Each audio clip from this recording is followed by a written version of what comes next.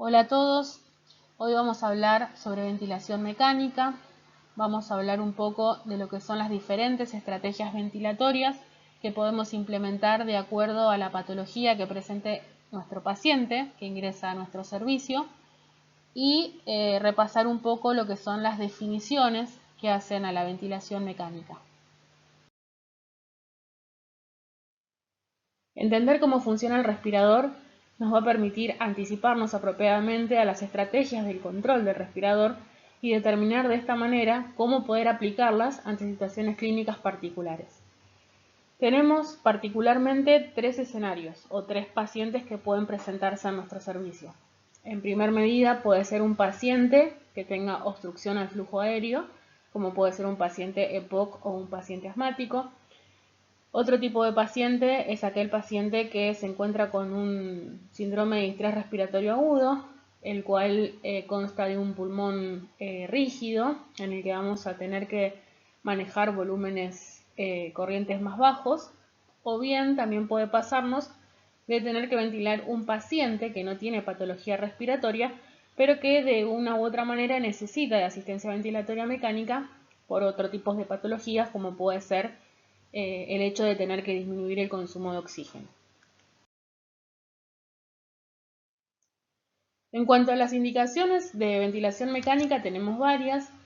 Puede ser desde un paciente taquipnéico con una frecuencia respiratoria mayor a 35, un paciente que se encuentre con mala mecánica ventilatoria, es decir, con utilización de músculos accesorios o mala perfusión periférica, una capacidad vital menor a 15 mililitros por kilo, una Pimax menor a 25 centímetros de agua, una PO2 menor a 60 milímetros de mercurio, respirando aire ambiente y sobre el nivel del mar, una PAFI menor a 200, una PCO2 mayor a 55 milímetros de mercurio, es decir, un paciente que francamente se encuentre en acidosis respiratoria, lo que me está determinando que sus músculos respiratorios ya están claudicando o por claudicar, un paciente con deterioro neurológico o bien un paciente que se encuentre inestable hemodinámicamente.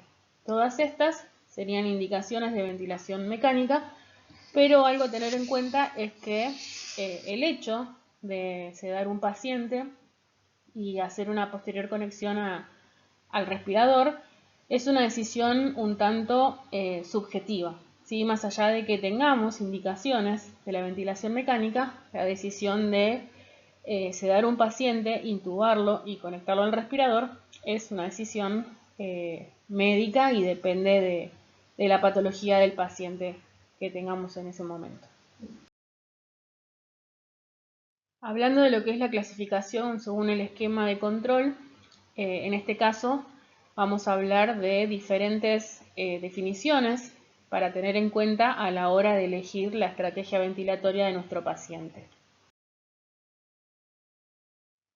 Tenemos tres tipos de variables: variables de control, variables de fase y variables condicionales. En cuanto al control de volumen, se hace referencia a un desplazamiento de pistón o fuelle con una señal de volumen para controlar la inspiración, es decir, que la mayoría de los equipos actuales controlan el volumen a partir de manipulaciones del flujo inspiratorio.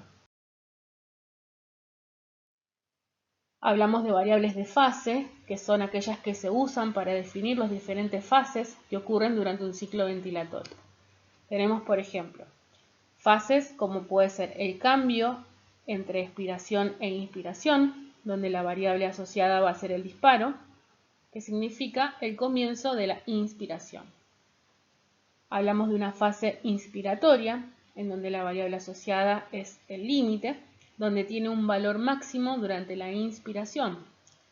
Hablamos de fase de cambio entre inspiración y expiración, donde la variable asociada es el ciclado, en el cual se define como el término de la inspiración, y la fase de expiración, donde la variable asociada es la de base o controlada durante la expiración. Esta última hace referencia a la presión aplicada al final de la expiración, conocida como PIP. Entonces, en esta diapositiva lo que tenemos son dos tipos de curvas. La primera curva, que les muestro acá, es una curva en la que tiene en cuenta presión y tiempo.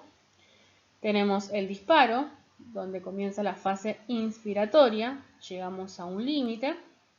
Acá se produce un ciclado, donde hace referencia al cambio de inspiración y expiración, y comienzo de la expiración hasta que lleva a la variable o la fase de base, en donde termina el ciclo respiratorio, para dar comienzo a un nuevo ciclo.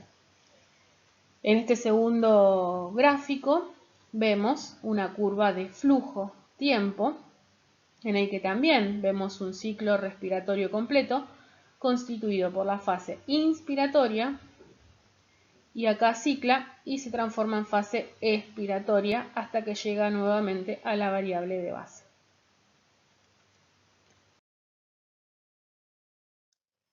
Entonces, hablamos de variables de disparo, que se define como la señal que el respirador usa para detectar el esfuerzo inspiratorio e iniciar la inspiración. Este mismo puede ser disparado por tiempo, en ventilación controlada o mandatoria, o bien por el paciente, que va a depender de la sensibilidad que yo voy a setear en el respirador. Esto ocurre en ventilación asistida o espontánea. Entonces, en este caso, el disparo puede ser por presión o por flujo, ¿sí? Siempre hablando de la variable de disparo. ¿Qué es la sensibilidad? El parámetro de sensibilidad establece el umbral de variable de disparo en función del esfuerzo inspiratorio. La variable de disparo va a determinar cuándo el respirador va a reconocer un esfuerzo inspiratorio del paciente para entregar un volumen corriente que se encuentra preseteado. Entonces, el respirador se dispara para entregar una ventilación, ya sea esta asistida o espontánea. Cuando hablamos de disparos por presión, el esfuerzo inspiratorio del paciente comienza con la contracción del diafragma. Este esfuerzo disminuye la presión en el circuito del respirador. Entonces, cuando la caída de la presión en el circuito alcanza el valor de sensibilidad programado, el respirador comienza la inspiración, es decir, comienza un disparo o un nuevo ciclo respiratorio. Puede existir una pequeña tardanza o retardo desde que el paciente hace el esfuerzo hasta que el respirador lo reconoce y entrega la respiración. Este retardo sucede cuando la sensibilidad está seteada por presión. Generalmente, uno setea la sensibilidad por presión a -2. Entonces, en este gráfico lo que vemos es el esfuerzo inspiratorio que realiza el paciente, que cuando llega o sobrepasa de alguna manera la sensibilidad que yo ya seteé en este respirador, se comienza un nuevo ciclo inspiratorio o un nuevo ciclo respiratorio. Cuando tenemos disparos por flujo, el respirador establece un flujo continuo y de bajo caudal en el circuito durante el tiempo expiratorio. El esfuerzo inspiratorio del paciente se va a iniciar con la contracción del diafragma. Mientras el paciente inhala, una parte de este flujo circulante se divide y va hacia el paciente. Si se supera ese umbral de sensibilidad que yo ya seteé previamente, se va a disparar una respiración. Puede haber menor retardo entre el esfuerzo del paciente y el comienzo de la inspiración. Por eso, uno siempre que setea la sensibilidad, siempre lo hace con preferencia a disparo por flujo, ya que, como dijimos recién, hay un menor retardo entre lo que es el esfuerzo del paciente y el comienzo de la inspiración. En este caso, la sensibilidad por flujo puede ir desde 1 hasta 5 o incluso dependiendo de la marca del respirador, podemos tener sensibilidades por flujo que lleguen incluso hasta 10. Variables de límite es la que establece el valor máximo que puede obtener la variable de control antes que termine la inspiración. Algo importante a destacar es que suele superponerse con la variable de control y no es la que finaliza la inspiración. Variable de ciclado determina el fin de la inspiración y el inicio de la fase expiratoria. Este ciclado, por lo tanto, puede ser por volumen, por flujo, por tiempo o por presión. Variable de base es aquella que interviene durante la expiración, es decir, es la aplicación de presión positiva al final de la expiración, conocida como PIP. Entonces, es la aplicación de una presión constante positiva tal que la presión en la vía aérea se mantenga a un nivel superior a la presión atmosférica durante la expiración. Es decir, que me va a permitir a mí evitar el colapso sucesivo de los alvéolos en cada ciclo respiratorio. Por lo tanto, el objetivo de aplicar presión positiva al final de la expiración me va a permitir a mí aumentar la capacidad residual funcional, mejorar la complacencia pulmonar, mejorar la relación ventilación-perfusión y más aún si el mecanismo de hipoxemia de nuestro paciente es el shunt, mejorar por lo tanto la oxigenación y compensar la autopip en el disparo, más que nada en aquellos pacientes que tienen atrapamiento aéreo, hiperinsuflación dinámica, como ocurre en los pacientes con enfermedad pulmonar obstructiva crónica. En este gráfico vemos dos curvas, ¿no? Las dos son presión-tiempo. Lo que vemos en esta primera figura es un ciclo respiratorio que consta de una fase inspiratoria, un ciclado y una fase expiratoria, que culmina llegando a la variable de base, que es la presión positiva al final de la expiración, que como vemos acá es de 10. Por lo tanto, la PIP que tiene colocada este paciente es de 10. Como vemos en este gráfico de acá abajo, también de presión-tiempo, vemos también que tenemos una fase inspiratoria, un ciclado, una fase expiratoria, hasta que comienza nuevamente un ciclo respiratorio. Pero a diferencia del gráfico de arriba, lo que vemos acá es una inflexión negativa que está por debajo de la línea de base o la variable de base, que esto me está dando la pauta de que hay un disparo por parte del paciente, es decir, que hay un esfuerzo inspiratorio del paciente.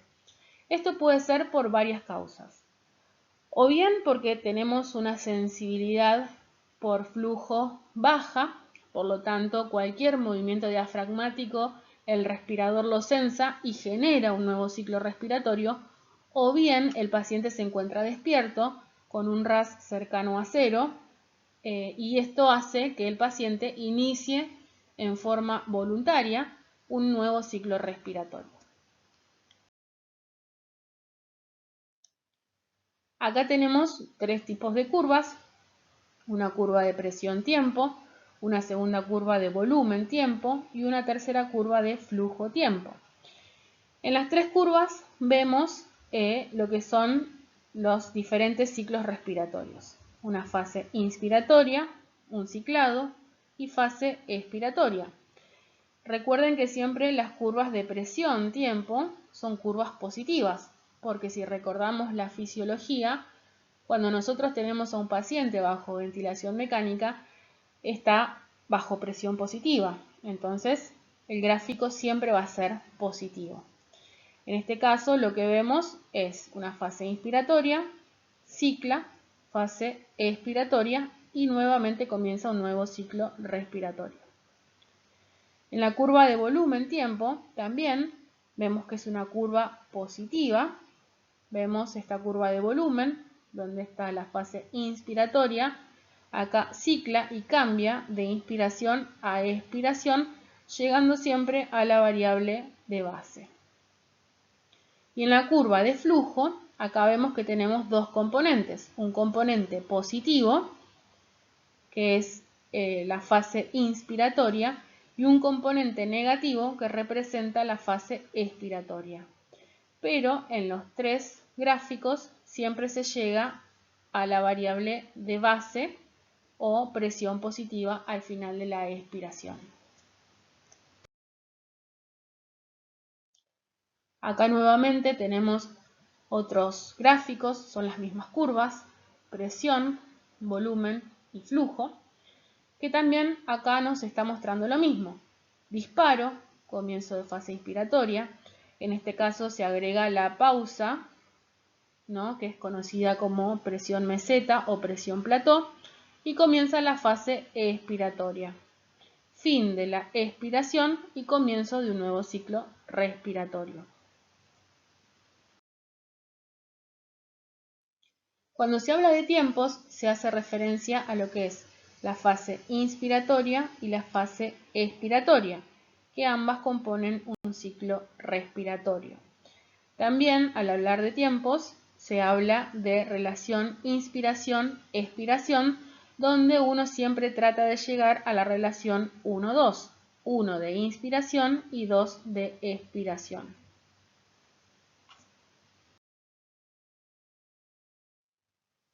Entonces, tenemos una pausa inspiratoria, donde se prolonga el tiempo inspiratorio, consiste en un periodo de interrupción del flujo programado al final de la inspiración que mantiene el pulmón insuflado con volumen suministrado.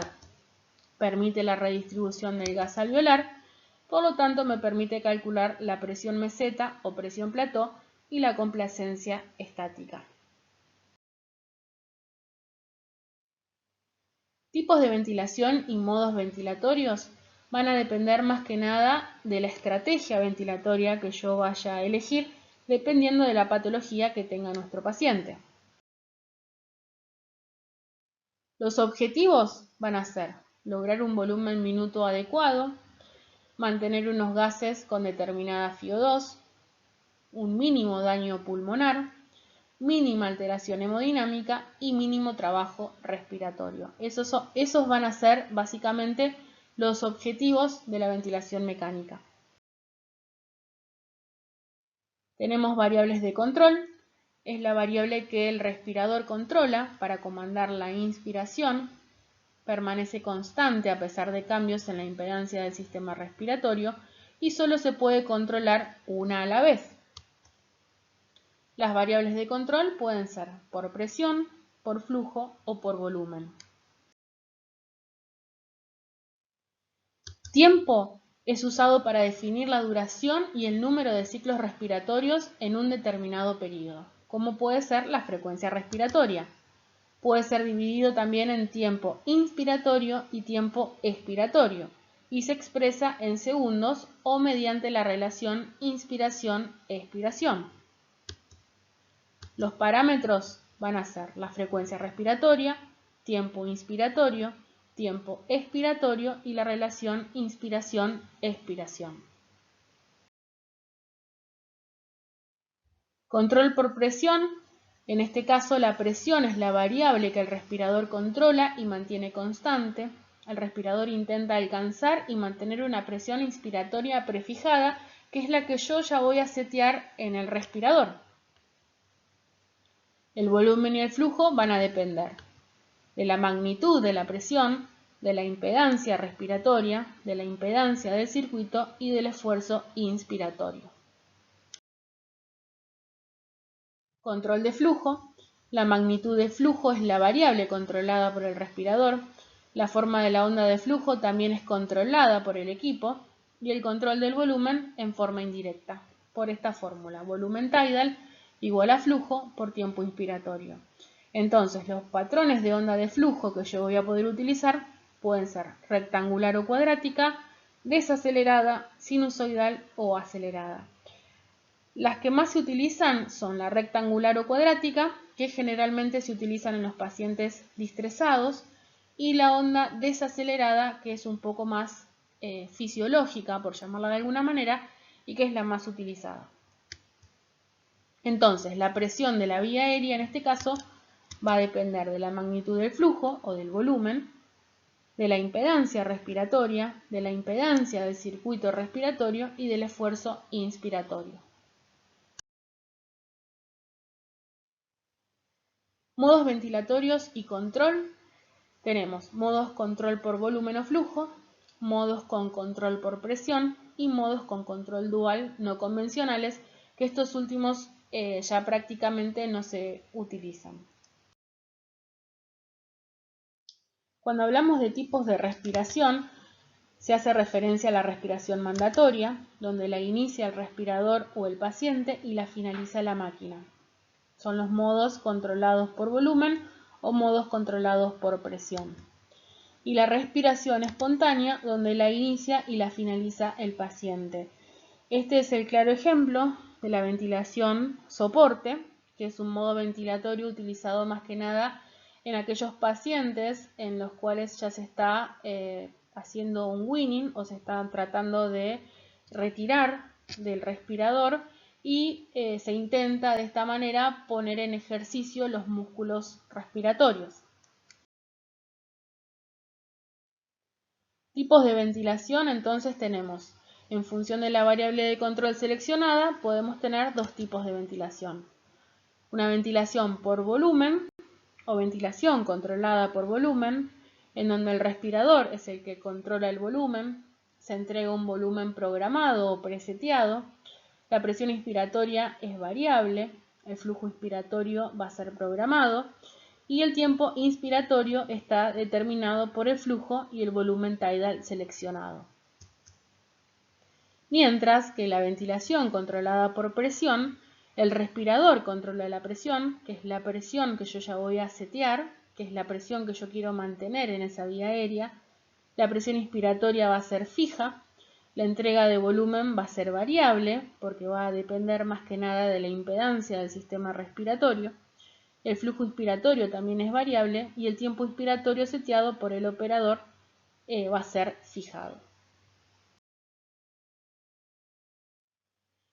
Hablando de lo que es la ventilación controlada por volumen, que puede ser asistida controlada, vemos que es gatillada por el paciente, en el caso de que sea asistida, o por tiempo, en el caso de que sea controlada. La presión va a ser una variable que está influenciada por la mecánica respiratoria y por lo tanto va a haber mayor riesgo de presión alveolar excesiva. Por lo tanto, cuando yo elijo una ventilación controlada por volumen, la variable independiente que yo debo controlar a través del seteo de las alarmas es la presión pico o la presión en la gran vía aérea. El volumen va a ser algo prefijado y garantizado dependiendo de lo que yo le setee en ese respirador. El ciclado en este modo ventilatorio va a ser por volumen, es decir que cuando el respirador entregue el volumen que yo voy a setear, automáticamente cambia a un ciclo nuevo respiratorio. Y el flujo inspiratorio es controlado y fijo, hay posibilidad de modificar la forma de la onda y puede generar asincronía paciente-respirador. En esta diapositiva vemos de nuevo las curvas de presión-tiempo, volumen-tiempo y flujo-tiempo. En la primera curva lo que observamos es una imagen de una onda cuadrada o rectangular, un ejemplo de una rampa decreciente o sinusoidal. Y lo mismo en las curvas de volumen y de flujo-tiempo, en donde también está representada la onda cuadrática, la rampa decreciente y la sinusoidal respectivamente. Entonces, ¿cuáles van a ser los parámetros que yo voy a poder programar en este tipo de modo ventilatorio? El volumen corriente, que lo voy a calcular de acuerdo al peso teórico del paciente, teniendo en cuenta diferentes tablas de acuerdo a la altura que tiene nuestro paciente. También puedo disminuir ese volumen corriente si estamos hablando de un distrés respiratorio en el que se utilizan volúmenes corrientes más bajos. Generalmente el volumen se calcula entre 8 a 10 mililitros por kilo de peso teórico. Flujo inspiratorio o tiempo inspiratorio, frecuencia respiratoria, sensibilidad de gatillado, que recuerden que la sensibilidad mayormente utilizada es aquella que es por flujo, la FiO2 y la presión positiva al final de la expiración.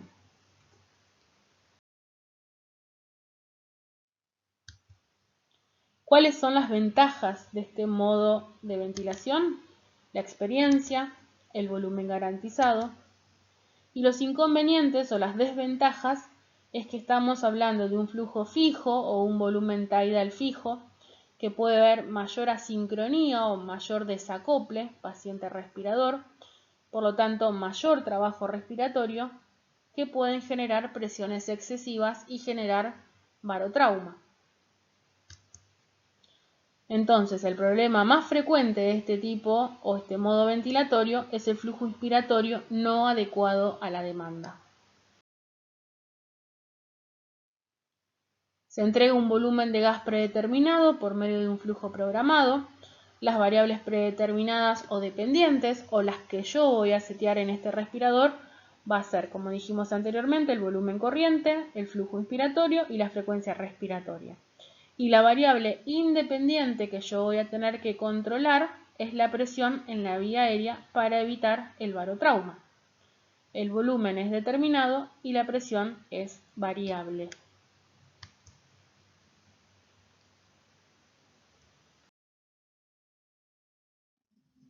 Hablando de lo que es la ventilación controlada por presión, que también puede ser asistida o controlada, ya en este modo ventilatorio vemos que el gatillado puede ser por el paciente o por tiempo.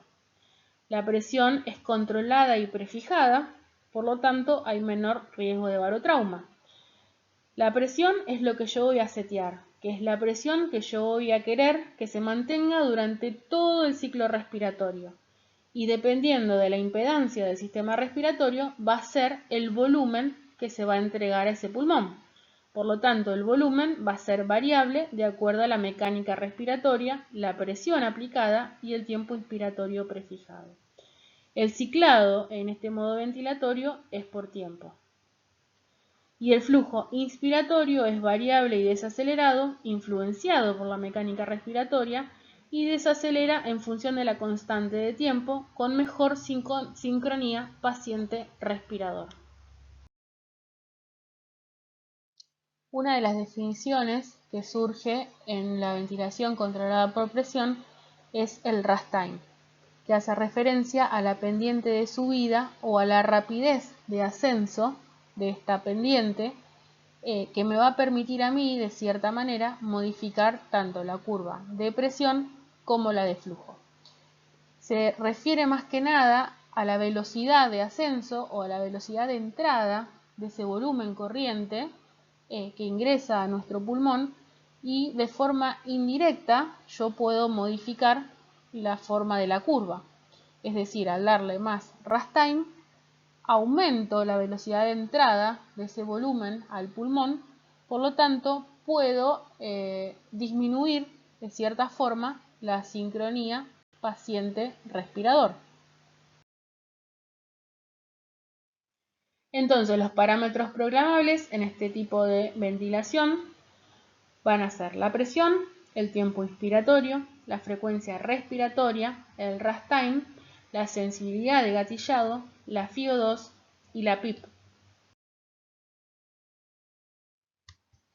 ¿Cuáles van a ser las ventajas de este modo ventilatorio? El control de la presión alveolar, es decir, al yo prefijar una presión que quiero que se mantenga a lo largo de todos los ciclos respiratorios, en cierta manera estoy teniendo un control de la presión alveolar. Hay menor riesgo de barotrauma y mejor distribución de lo que es el gas alveolar. Flujo inspiratorio a demanda. Desventajas de este modo ventilatorio: un volumen variable.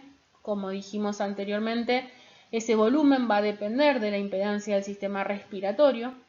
El tiempo inspiratorio es fijo, por lo tanto puede haber también asincronía paciente-respirador.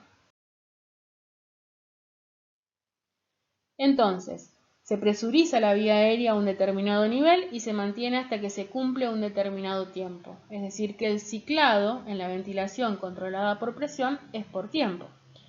Las variables dependientes, o lo que yo voy a poder setear en el respirador, es la presión, el tiempo inspiratorio y la frecuencia respiratoria. Y las variables independientes, o aquellas que yo voy a tener que controlar mediante las alarmas, son el volumen corriente, el flujo inspiratorio y la presión determinada o el volumen variable.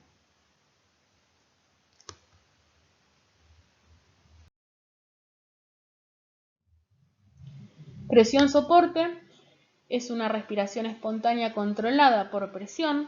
El patrón de flujo es desacelerado, tal cual corresponde siempre al modo controlado por presión.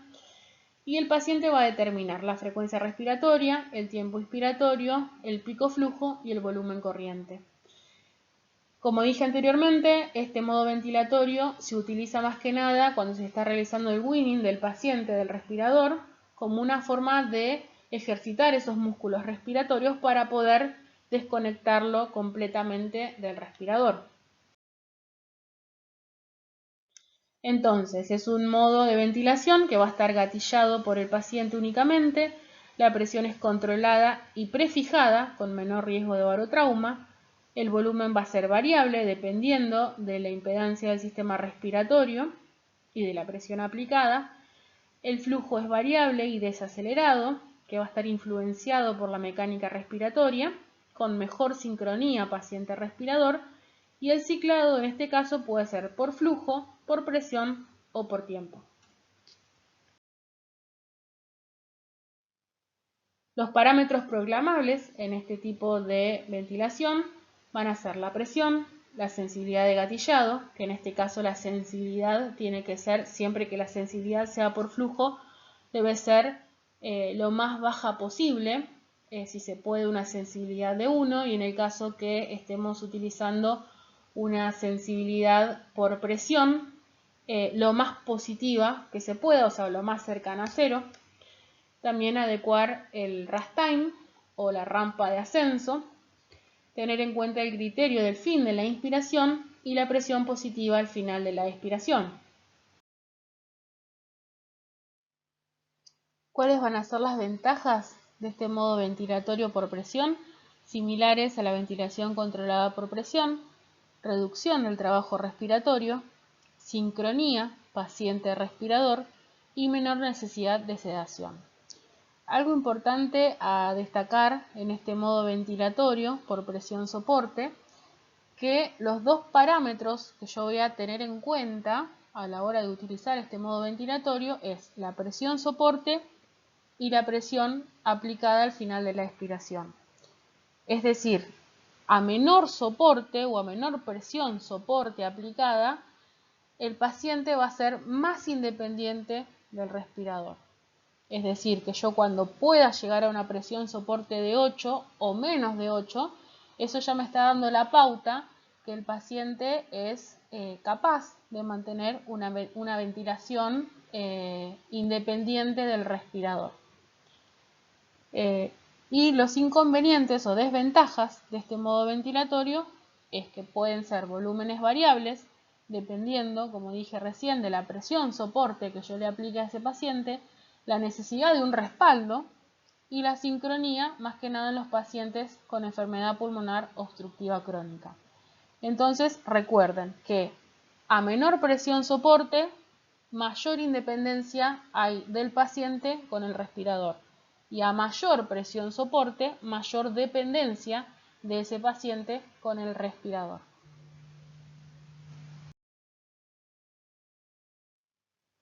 Ya finalizando, como conclusión, es importante conocer el respirador que vamos a utilizar, leer atentamente el manual del usuario, sacar provecho de todas las ventajas funcionales de cada equipo y entender las diferencias del funcionamiento que existen entre los diferentes equipos.